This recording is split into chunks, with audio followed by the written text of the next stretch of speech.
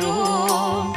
தரிசனம் தந்து அருள்வீரே, தரிசனம் கண்டு மகிழ்வோமே. ஆரத்தி சாயிபாபா. கால்களின் தூசியை வழிகாட்டி